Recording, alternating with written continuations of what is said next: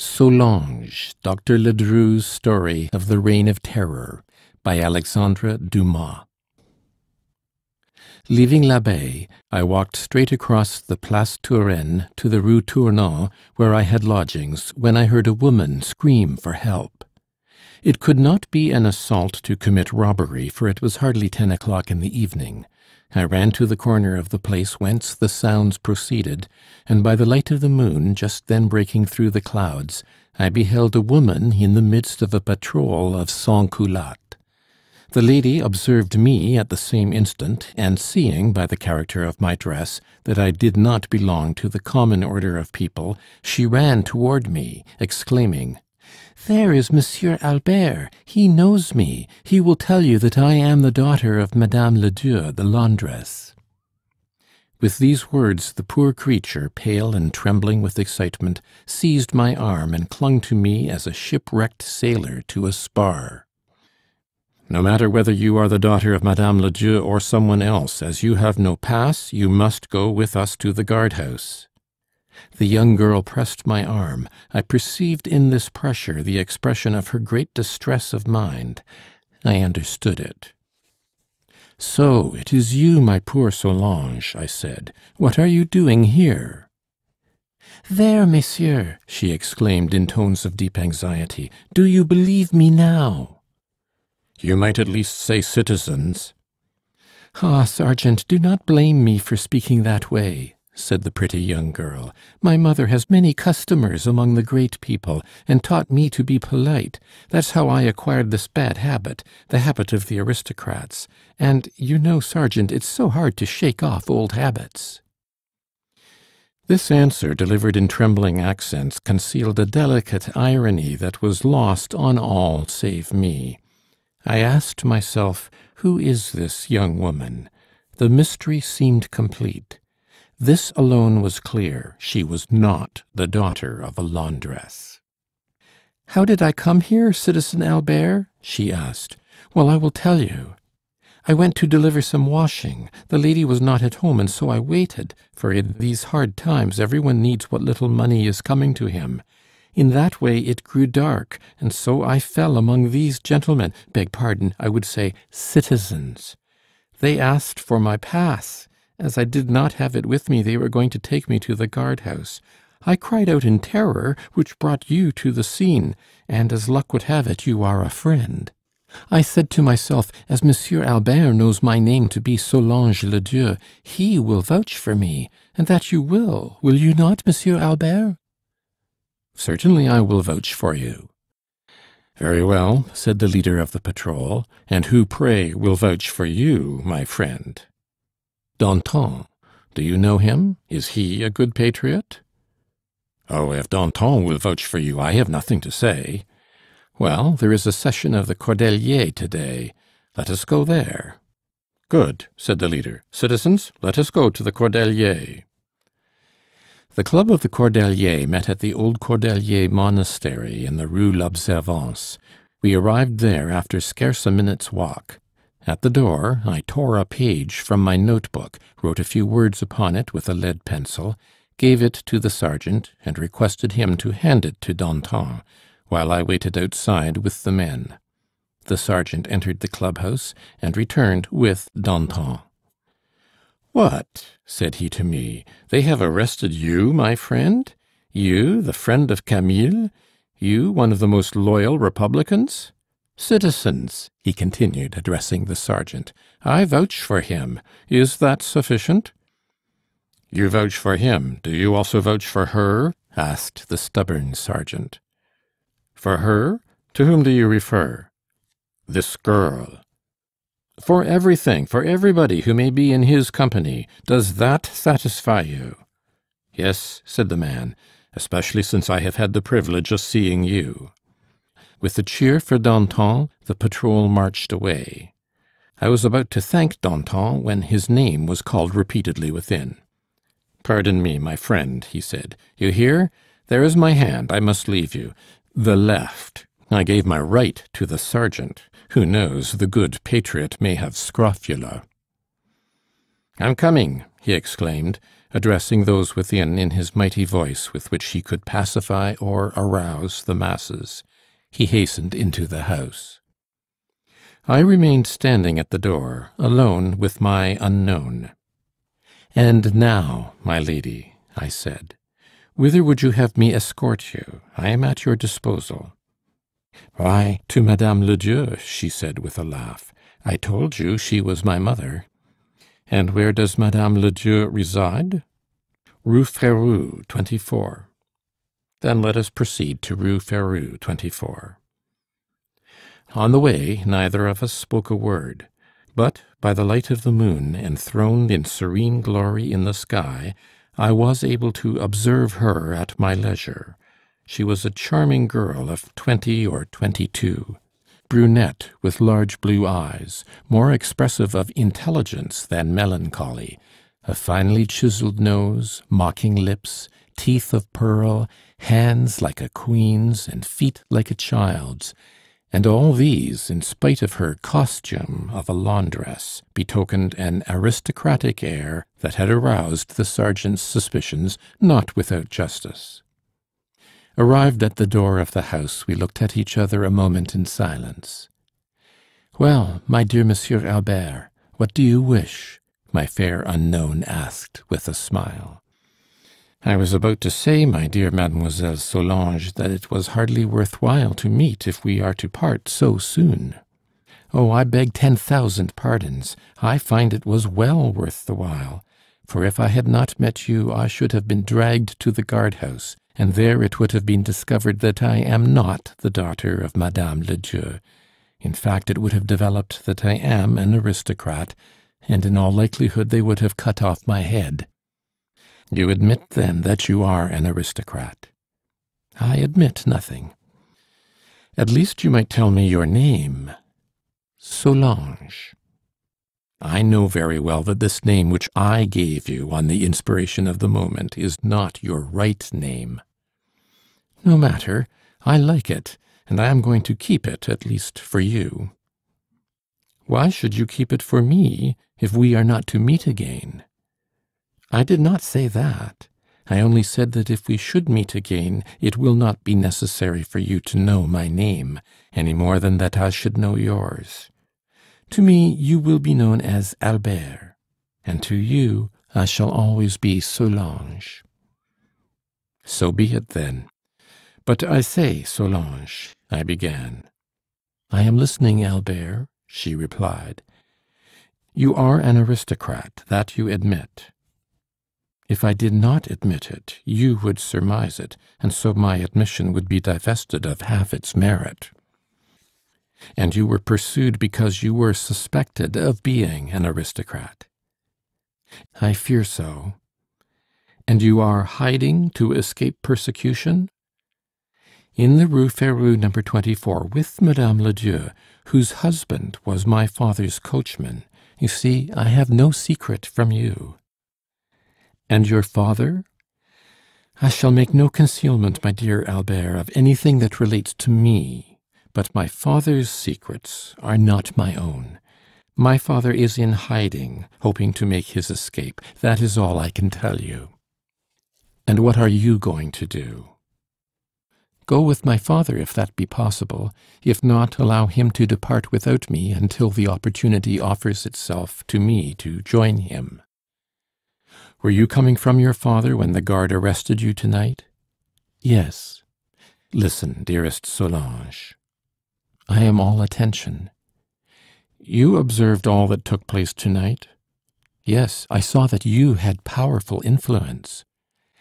"I regret my power is not very great. However, I have friends." "I made the acquaintance of one of them." "And you know he is not one of the least powerful men of the times." "Do you intend to enlist his influence to enable my father to escape?" "No, I reserve him for you." "But my father?" "I have other ways of helping your father." "Other ways?" exclaimed Solange, seizing my hands and studying me with an anxious expression. "If I serve your father, will you then sometimes think kindly of me?" Oh, I shall all my life hold you in grateful remembrance." She uttered these words with an enchanting expression of devotion. Then she looked at me beseechingly and said, "But will that satisfy you?" "Yes," I said. "Ah, I was not mistaken. You are kind, generous. I thank you for my father and myself. Even if you should fail, I shall be grateful for what you have already done." "When shall we meet again, Solange?" "When do you think it necessary to see me again?" "Tomorrow, when I hope to have good news for you." "Well, then, tomorrow." "Where?" "Here." "Here in the street?"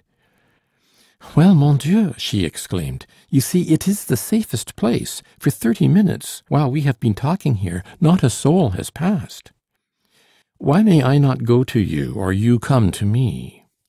"Because it would compromise the good people if you should come to me, and you would incur serious risk if I should go to you." "Oh, I would give you the pass of one of my relatives."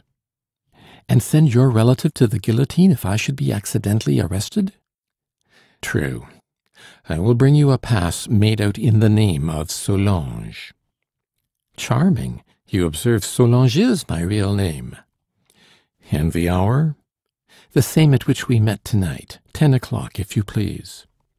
"All right, 10 o'clock. And how shall we meet?" "That is very simple. Be at the door at 5 minutes of 10, and at 10 I will come down." "Then at 10 tomorrow, dear Solange." "Tomorrow at 10, dear Albert." I wanted to kiss her hand. She offered me her brow. The next day I was in the street at 9:30. At 9:15 Solange opened the door. We were both ahead of time. With one leap I was by her side. "I see you have good news," she said. "Excellent. First, here is a pass for you." "First, my father." She repelled my hand. "Your father is saved, if he wishes." "Wishes, you say? What is required of him?" "He must trust me." "That is assured." "Have you seen him?" "Yes." "You have discussed the situation with him?" "It was unavoidable. Heaven will help us." "Did you tell your father all?" "I told him you had saved my life yesterday, and that you would perhaps save his tomorrow." "Tomorrow? Yes, quite right. Tomorrow I shall save his life, if it is his will." "How? What? Speak, speak! If that were possible, how fortunately all things have come to pass!" "However," I began hesitatingly. "Well?" "It will be impossible for you to accompany him." "I told you I was resolute." "I am quite confident, however, that I shall be able later to procure a passport for you." "First tell me about my father. My own distress is less important." "Well, I told you I had friends, did I not?" "Yes." "Today I sought out one of them." "Proceed." "A man whose name is familiar to you, whose name is a guarantee of courage and honor." "And this man is?" "Marceau." "General Marceau?" "Yes." "True, he will keep a promise." "Well, he has promised." "Mon Dieu, how happy you make me! What has he promised? Tell me all." "He has promised to help us." "In what manner?" "In a very simple manner. Kléber has just had him promoted to the command of the Western Army. He departs tomorrow night." "Tomorrow night? We shall have no time to make the smallest preparation." "There are no preparations to make." "I do not understand." "He will take your father with him." "My father?" "Yes, as his secretary. Arrived in the Vendée, your father will pledge his word to the general to undertake nothing against France. From there he will escape to Brittany, and from Brittany to England. When he arrives in London, he will inform you. I shall obtain a passport for you, and you will join him in London." "Tomorrow!" exclaimed Solange. "My father departs tomorrow." "There is no time to waste." "My father has not been informed." "Inform him." "Tonight?" "Tonight." "But how, at this hour?" "You have a pass and my arm." "True, my pass." I gave it to her. She thrust it into her bosom. "Now, your arm?" I gave her my arm, and we walked away. When we arrived at the Place Turenne, that is, the spot where we had met the night before, she said, "Await me here." I bowed and waited. She disappeared around the corner of what was formerly the Hôtel Malignon. After a lapse of 15 minutes, she returned. "Come," she said, "my father wishes to receive and thank you." She took my arm and led me up to the Rue Saint-Guillaume, opposite the Hôtel Mortemart. Arrived there, she took a bunch of keys from her pocket, opened a small concealed door, took me by the hand, conducted me up 2 flights of steps, and knocked in a peculiar manner. A man of 48 or 50 years opened the door. He was dressed as a working man and appeared to be a bookbinder, but at the first utterance that burst from his lips, the evidence of the seigneur was unmistakable. "Monsieur," he said, "Providence has sent you to us. I regard you an emissary of fate. Is it true that you can save me, or, what is more, that you wish to save me?" I admitted him completely to my confidence. I informed him that Marceau would take him as his secretary, and would exact no promise other than that he would not take up arms against France. "I cheerfully promise it now, and will repeat it to him." "I thank you in his name as well as in my own." "But when does Marceau depart?" "Tomorrow." "Shall I go to him tonight?" "Whenever you please. He expects you." Father and daughter looked at each other. "I think it would be wise to go this very night," said Solange. "I am ready, but if I should be arrested, seeing that I have no permit?" "Here is mine." "But you?" "Oh, I am known." "Where does Marceau reside?" "Rue de l'Université, 40, with his sister, Mademoiselle Desgraviers Marceau." "Will you accompany me?" "I shall follow you at a distance, to accompany mademoiselle home when you are gone." "How will Marceau know that I am the man of whom you spoke to him?" "You will hand him this tricolored cockade. That is the sign of identification." "And how shall I reward my liberator?" "By allowing him to save your daughter also." "Very well." He put on his hat and extinguished the lights, and we descended by the gleam of the moon which penetrated the stair windows. At the foot of the steps he took his daughter's arm, and by way of the Rue des Saints-Pères, we reached Rue de l'Université. I followed them at a distance of 10 paces. We arrived at number 40 without having met anyone. I rejoined them there. "That is a good omen," I said. "Do you wish me to go up with you?" "No, do not compromise yourself any further. Await my daughter here." I bowed. "And now, once more, thanks and farewell," he said, giving me his hand.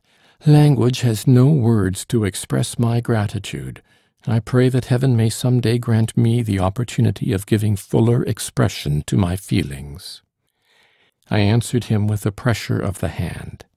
He entered the house. Solange followed him, but she too pressed my hand before she entered.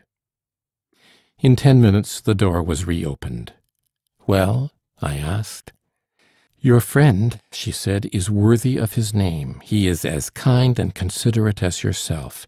He knows that it will contribute to my happiness to remain with my father until the moment of departure.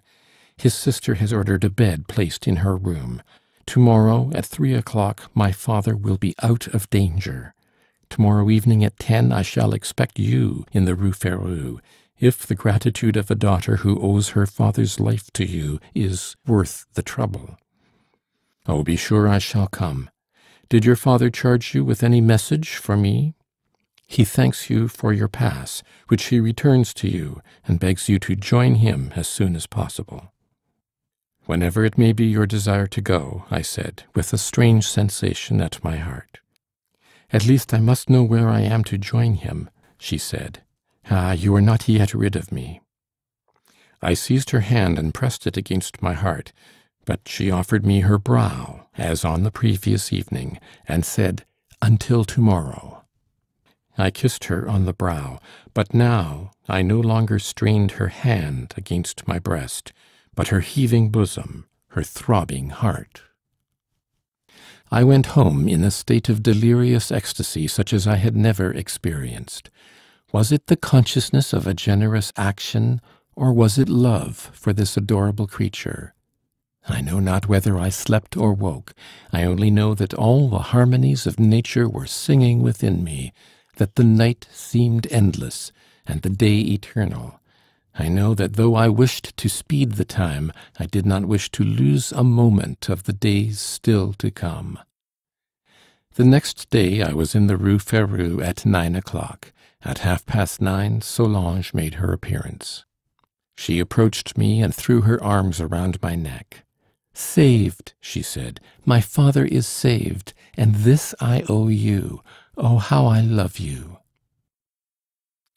2 weeks later, Solange received a letter announcing her father's safe arrival in England. The next day I brought her a passport. When Solange received it, she burst into tears. "You do not love me," she exclaimed. "I love you better than my life," I replied, "but I pledged your father my word, and I must keep it." "Then I will break mine," she said. "Yes, Albert, if you have the heart to let me go, I have not the courage to leave you." Alas, she remained. 3 months had passed since that night on which we talked of her escape, and in all that time not a word of parting had passed her lips. Solange had taken lodgings in the Rue Turenne. I had rented them in her name. I knew no other, while she always addressed me as Albert. I had found her a place as teacher in a young ladies' seminary, solely to withdraw her from the espionage of the revolutionary police, which had become more scrutinizing than ever. Sundays we passed together in the small dwelling, from the bedroom of which we could see the spot where we had first met. We exchanged letters daily, she writing to me under the name of Solange, and I to her under that of Albert. Those 3 months were the happiest of my life. In the meantime, I was making some interesting experiments, suggested by one of the guillotiniers. I had obtained permission to make certain scientific tests with the bodies and heads of those who perished on the scaffold. Sad to say, available subjects were not wanting. Not a day passed but 30 or 40 persons were guillotined, and blood flowed so copiously on the Place de la Révolution that it became necessary to dig a trench 3 feet deep around the scaffolding. This trench was covered with deals. One of them loosened under the feet of an 8-year-old lad who fell into the abominable pit and was drowned. For self-evident reasons, I said nothing to Solange of the studies that occupied my attention during the day. In the beginning, my occupation had inspired me with pity and loathing, but as time wore on, I said, "These studies are for the good of humanity," for I hoped to convince the lawmakers of the wisdom of abolishing capital punishment. The cemetery of Clamart had been assigned to me, and all the heads and trunks of the victims of the executioner had been placed at my disposal. A small chapel in one corner of the cemetery had been converted into a kind of laboratory for my benefit. You know, when the queens were driven from the palaces, God was banished from the churches. Every day at 6, the horrible procession filed in. The bodies were heaped together in a wagon, the heads in a sack. I chose some bodies and heads in a haphazard fashion, while the remainder were thrown into a common grave. In the midst of this occupation with the dead, my love for Solange increased from day to day, while the poor child reciprocated my affection with the whole power of her pure soul. Often I had thought of making her my wife, often we had mutually pictured to ourselves the happiness of such a union. But in order to become my wife, it would be necessary for Solange to reveal her name, and this name, which was that of an emigrant, an aristocrat, meant death. Her father had repeatedly urged her by letter to hasten her departure, but she had informed him of our engagement. She had requested his consent, and he had given it, so that all had gone well to this extent. The trial and execution of the Queen, Marie Antoinette, had plunged me, too, into deepest sadness. Solange was all tears, and we could not rid ourselves of a strange feeling of despondency, a presentiment of approaching danger that compressed our hearts. In vain I tried to whisper courage to Solange. Weeping, she reclined in my arms, and I could not comfort her, because my own words lacked the ring of confidence. We passed the night together as usual, but the night was even more depressing than the day. I recall now that a dog locked up in a room below us howled till 2 o'clock in the morning. The next day we were told that the dog's master had gone away with the key in his pocket, had been arrested on the way, tried at 3, and executed at 4. The time had come for us to part. Solange's duties at the school began at 9 o'clock in the morning. Her school was in the vicinity of the Botanic Gardens. I hesitated long to let her go. She too was loath to part from me, but it must be. Solange was prone to be an object of unpleasant inquiries. I called a conveyance and accompanied her as far as the Rue des Fosses Saint-Bernard, where I got out and left her to pursue her way alone. All the way we lay mutely wrapped in each other's arms, mingling tears with our kisses. After leaving the carriage, I stood as if rooted to the ground. I heard Solange call me, but I dared not go to her, because her face, moist with tears, and her hysterical manner were calculated to attract attention. Utterly wretched, I returned home, passing the entire day in writing to Solange. In the evening I sent her an entire volume of love pledges. My letter had hardly gone to the post when I received one from her. She had been sharply reprimanded for coming late, had been subjected to a severe cross-examination, and threatened with forfeiture of her next holiday, but she vowed to join me even at the cost of her place. I thought I should go mad at the prospect of being parted from her a whole week. I was more depressed because a letter which had arrived from her father appeared to have been tampered with. I passed a wretched night and a still more miserable day. The next day the weather was appalling. Nature seemed to be dissolving in a cold, ceaseless rain, a rain like that which announces the approach of winter.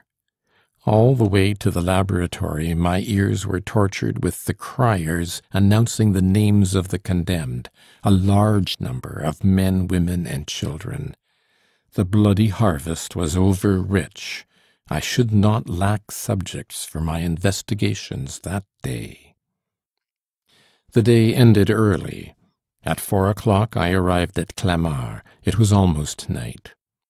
The view of the cemetery with its large new-made graves, the sparse leafless trees that swayed in the wind was desolate, almost appalling.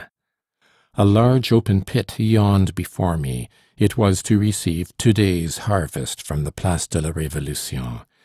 An exceedingly large number of victims was expected, for the pit was deeper than usual. Mechanically I approached the grave. At the bottom the water had gathered in a pool. My feet slipped. I came within an inch of falling in. My hair stood on end. The rain had drenched me to the skin. I shuddered and hastened into the laboratory. It was, as I have said, an abandoned chapel. My eyes searched, I know not why, to discover if some traces of the holy purpose to which the edifice had once been devoted did not still adhere to the walls or to the altar, but the walls were bare, the altar empty. I struck a light and deposited the candle on the operating table, on which lay scattered a miscellaneous assortment of the strange instruments I employed. I sat down and fell into a reverie.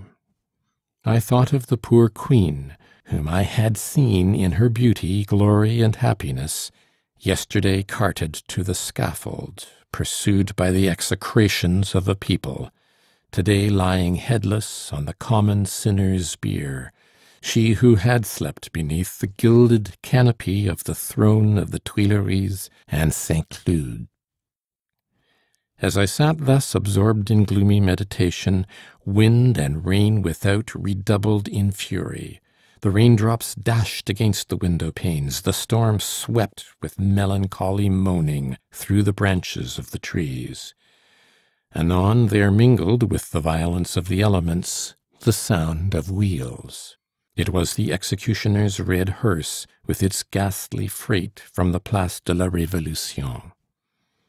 The door of the little chapel was pushed ajar, and two men drenched with rain entered, carrying a sack between them. "There, Monsieur Ledru," said the guillotinier, "there is what your heart longs for. Be in no hurry this night. We'll leave you to enjoy their society alone. Orders are not to cover them up till tomorrow, and so they'll not take cold." With a horrible laugh, the two executioners deposited the sack in a corner, near the former altar, right in front of me. Thereupon they sauntered out, leaving open the door, which swung furiously on its hinges till my candle flashed and flared in the fierce draught. I heard them unharness the horse, lock the cemetery, and go away. I was strangely impelled to go with them, but an indefinable power fettered me in my place. I could not repress a shudder. I had no fear, but the violence of the storm, the splashing of the rain, the whistling sounds of the lashing branches, the shrill vibration of the atmosphere which made my candle tremble, all this filled me with a vague terror that began at the roots of my hair and communicated itself to every part of my body. Suddenly, I fancied I heard a voice at once soft and plaintive, a voice within the chapel pronouncing the name of Albert. I was startled. Albert! But one person in all the world addressed me by that name. Slowly I directed my weeping eyes around the chapel, which, though small, was not completely lighted by the feeble rays of the candle, leaving the nooks and angles in darkness, and my look remained fixed on the blood-soaked sack near the altar with its hideous contents. At this moment the same voice repeated the same name, only it sounded fainter and more plaintive. Albert! I bolted out of my chair, frozen with horror. The voice seemed to proceed from the sack. I touched myself to make sure that I was awake. Then I walked toward the sack with my arms extended before me, but stark and staring with horror. I thrust my hand into it. Then it seemed to me as if two lips, still warm, pressed a kiss upon my fingers. I had reached that stage of boundless terror where the excess of fear turns into the audacity of despair. I seized the head, and collapsing in my chair, placed it in front of me.